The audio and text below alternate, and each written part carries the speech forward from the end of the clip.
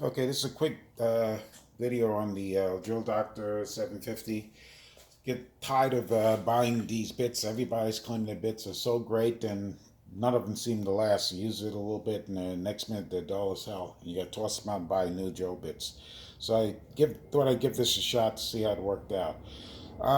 At first, I was very close to just tossing this thing out because it wasn't working out for me. Then I realized that the angle that you put on it has is pretty crucial. The angle of the bit. It does say in the booklet that the classic angle, most drill bits are 118 degree, uh, and I think what I was doing originally, since it's so difficult to see uh, these markings on there, they're in the same color as the body, which is kind of stupid. I was using it 135 degree. So when I finally got it back to 118 degrees, it worked out pretty well for me. And you can make slight adjustments to go a little deeper in the angle or a little less in the angle also, depending on how it works out for you. This thing's a lot easier than I've seen on a lot of videos. That's why I want to make this quick video. All right, let's just start off with basic at 118 degrees here, which is the lowest setting. This has to be loosened, of course, so this moves around. When you get it to the 118 setting, then you got to tighten it back up to lock it in place. All right, let's pull this out. I also got confused with this thing here. I thought that was something you pull out or you can stick the drill in there directly, but no, everything works off of this chuck. And once again, to show you how easy it is, as opposed to them making it so difficult in some of these videos. All right, let's see, get the bit. I'm trying to get a bit that's not one of the ones that I used quite a bit. Oh, I don't want to get one that's already sharpened that's working well. All right, so what you do first is you loosen this up, and that opens and closes this aperture inside here. You open it enough just that your bit goes inside there, nice and smooth. So you tighten it until the bit can, slides in and out, but with restriction. So as tight as you can get it, with it still moving in and out. All right, from there, now you stick this inside there, stick it inside the back end here, and you might have to turn it a bit to find the right, where it only goes in at one point. You got to find the right point where it goes in. Okay, right there. All right. Which it seems like the white angle is like facing me, almost facing me toward. That seems the way it goes in. It probably goes in a few other ways. I don't know, but that's the way it's going in right this minute. All right. So once that's done, the bit can still go in and out, and you'll see over here, it brushes up against the stop. Now this thing is for some other minor adjustments. I pull that all the way back, turn it to the left all the way back, and now you have to push down on this here so that the bit goes up against the screw stop there. Then you lock it in where it hits that screw stop. Once that's locked in where it hits the screw stop, now you tighten this completely. You tighten it. Don't over tighten it, but you tighten it really, really snug. Now you press this angle once again just to get the whole thing out again. It might be a little sticky when they're new. And you got the full angle of where you're going to put this in. Now you can give it another shot to make sure it stays in there, but don't over tighten it. This is already set. Now you put this in here, and this is the cam screw that they talk about, that you may get confused when they say make sure you still have contact, keep contact with the cam screw. There's the diamond bit inside. I don't know if you can see that actually does the sharpening. So when this goes inside here, it's free floating. It's not at some specific angle or that it has to lock in. It's just free floating in there. And here's this thing here, or this, I don't know what you want to call it, the collar. It's at an oval shape. So it's high at one point, low at another point, high and low. The whole point of when they say make sure you always have contact with the cam screw is that since it's float like that, you want to keep this that in contact. You don't want to do like this here and then over sharpen the angle. You want to keep this in contact with the cam screw. And so once you get to that point, let's see, I have my vacuum hose here because this is where the shavings are at, and you don't want to really stick it in there. It'll actually a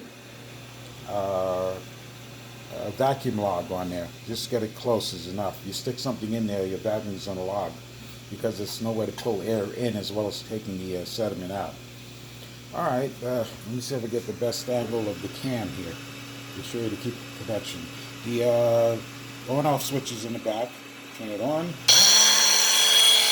And I said to keep the cam switch up high and let it push down on its own.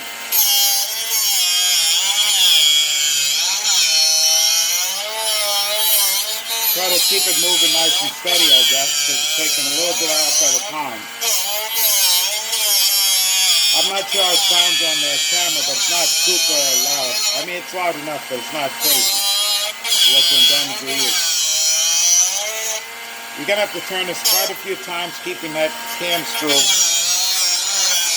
touching the edge of that collar.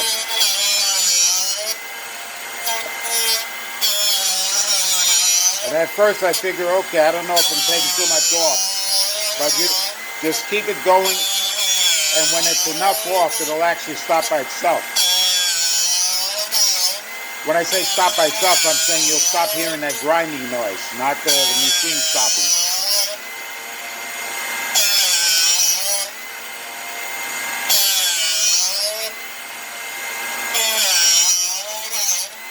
So it does take a little effort here. It's not like something you can stick in there and let it work on its own.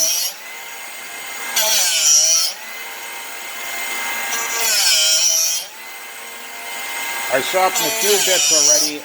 I didn't count exactly how many times you had to turn before it actually stopped. But it's quite a few.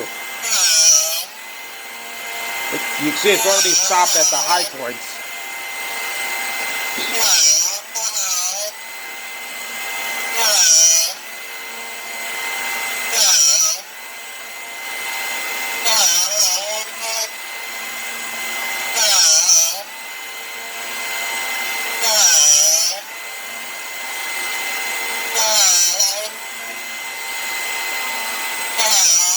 Yeah, people, it's not 1, 2, 3.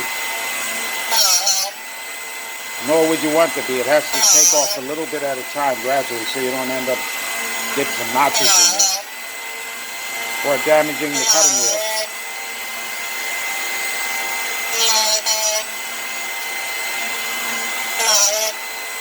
You can hear already the grinding noise is a little shorter than before, shorter period of time. Means you're getting close to the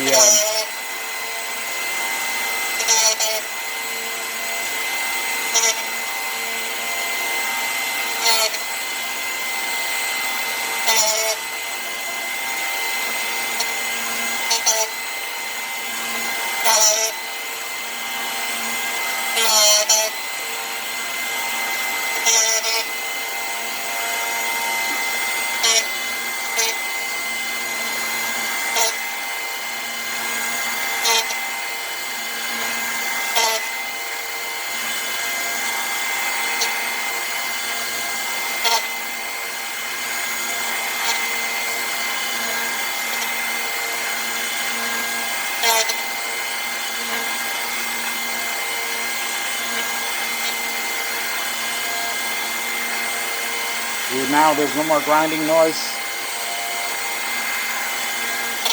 It's done.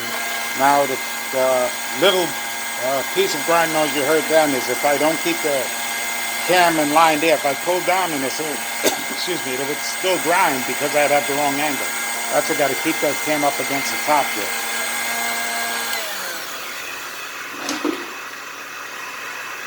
Let's turn this off. So now all you have to do now is just loosen this back up, pull your bit up, and it's all set. Uh, these particular bits that I had here, like I said, they couldn't drill through 1/4 inch plywood. It had gotten that bad. I use my bits quite a bit, so.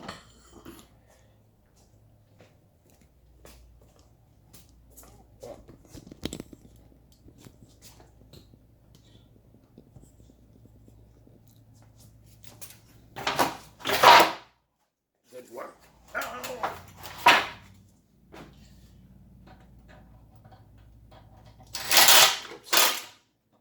Want to get a nice fresh spot.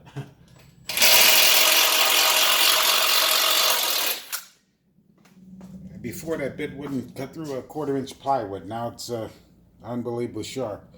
I'm glad I persevered a little bit and not just tossed this thing away. It's definitely a good investment. It's not super cheap. I got the 750X because it covers larger drill bits than the other one. I'm very happy with it. I just got it yesterday. I just tried it out today. And I think it's going to save me a lot of money, even though it's like, so this one, the 750, was, I believe it was like $138. If you're not going to be using on larger bits, I think it goes up 3/4. I'm not 100% sure. I forgot. If you're not going to be going up the high, if you're going to go only to 1/2 inch, you can get one of the cheap models. There's one at $79 and one at $99. But I think it's a great investment instead of continually keep buying bits. And if anybody out there knows anything about a good bit that actually lasts, I'd be happy to hear from, because I've tried everything, and everybody's got all sorts of claims, but it's always the same thing. You use them for quite a while, and next thing you know, they're dull as a blunt stick, and you're trapped off.